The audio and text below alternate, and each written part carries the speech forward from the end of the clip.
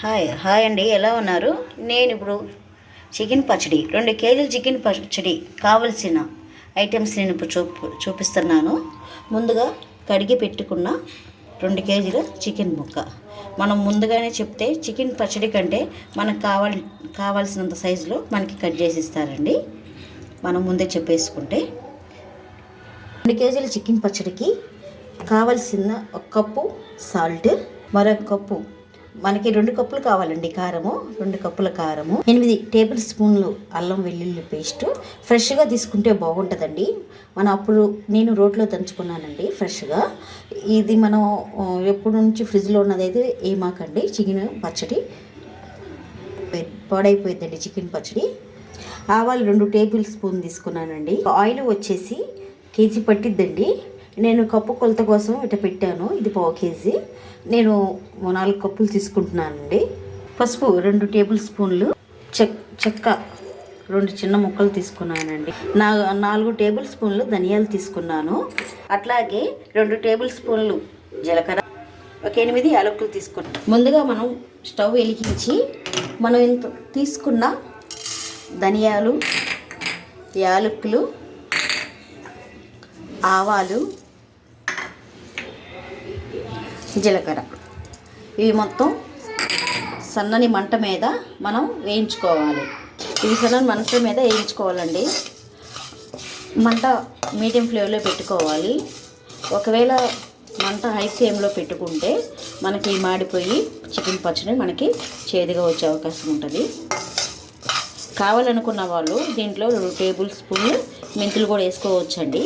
అది మనం ఇష్టం మీద ఆధారపడి ఉంటుంది అండి. అవి వేగే లోపల మనం కడిగేసిన చికెన్లో 4 టేబుల్ స్పూన్లు కారం వేసుకొని, 1 టేబుల్ స్పూన్ పసుపు, 2 టేబుల్ స్పూన్లు సాల్ట్ వేసుకొని ముందే కలిపి ఉంచుకుంటేనండి మనకి కొద్దిగా ముక్కకు పట్టిద్ది, టేస్ట్గా ఉంటుంది.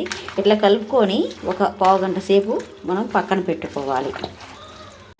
ఈ లోపల మనం వేయించుకున్నవి చాలా మంచిగా వేగినాయండి. ఇవి తీసుకొని పక్కన పెట్టుకున్నాం. ఒక ప్లేట్లో పోసుకున్నాం. ఈ ఆరే లోపల మనం బాండిని స్టవ్ మీద పెట్టుకొని మనం తీసుకున్న నూనె దీంట్లో వేసేద్దాం.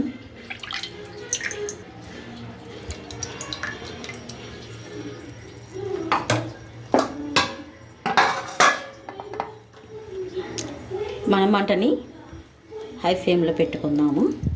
మనం కలిపి పెట్టుకున్న చికెను ముక్కలు బాగా కారం, పసుపు, ఉప్పు బాగా పట్టిందంటే కొద్దిగా ఇది డల్ అయినట్టు కనిపిస్తుందండి మనకి. ఇదిగోండి, మనం నూనె ఆల్రెడీ వేడైంది. ఈ వేడైన నూనెలో మనం చికెన్ వేసేసుకుందాం. కానీ హై ఫ్లేమ్లోనే పెట్టేసి ఇది మనం వేగనివ్వాలి. అప్పుడైతేనే చికెన్ మనకి బాగా వేగిద్ది. ఈ చికెన్లో వచ్చిన నీళ్ళు ఇనిగిపోయేదాకా మనం వేపుకోవాలి. ముక్క గట్టిగా రావాలి. అప్పుడు మనం చికెన్ వేగినట్టు ఉంటుంది. ఒకవేళ ముక్కలో నీళ్ళు ఉంటే చికెన్ చెట్టి పాడైద్ది. అది చూడండి, ఇదిగో మనకి చికెన్ వేగేటప్పుడు దాంట్లో నుంచి నీళ్ళు పైకి వచ్చేస్తున్నాయి అంటే చికెన్ వేగుతుంది. బాగా వేగిందంటే మన ఆయిల్కి కనిపిస్తుంది. నీరంతా వెనిగిపోద్ది.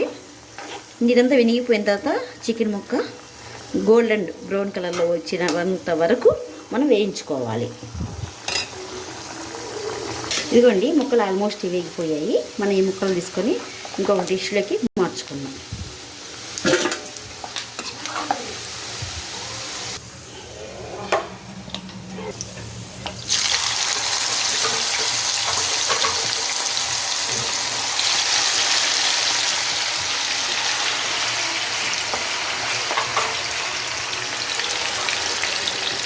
చికెను వేపుకున్నాము. నీట్గా వచ్చింది. ముక్క కూడా బాగా గట్టిగా ఉంది. ఇప్పుడు దీంట్లో ఈ కళాయిలో మనం తీసుకున్న అల్లం వెల్లుల్లి పేస్టు దీంట్లో వేసుకోవాలి. దీంట్లో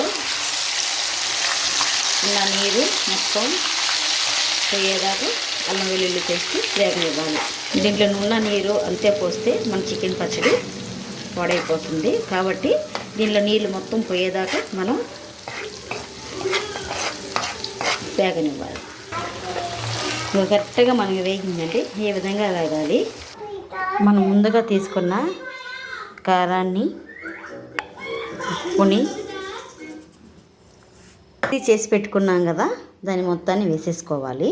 మన పక్కా కొలతలతో వేసాం కాబట్టి ఏది తీయకూడదు. ఇట్లా పెంచి పెట్టుకున్నాం కదా అల్లం పేస్ట్ని, అది కూడా దీంట్లో మనం పోసేసుకోవాలి. పక్కా కొలతలతో 2 కేజీలు చికెన్ పచ్చడి పక్కా కొలతలతో తీసుకున్నాం కదా, చాలా పర్ఫెక్ట్గా వచ్చింది. అసలు అన్నీ టేస్ట్ కూడా సూపర్గా ఉందండి. అన్నీ సరిపోయాయండి. మనం కంటైనర్ వేసుకుంటే 2 నెలల దాకా ముక్క కదలకుండా చెడిపోకుండా ఉంటుందండి.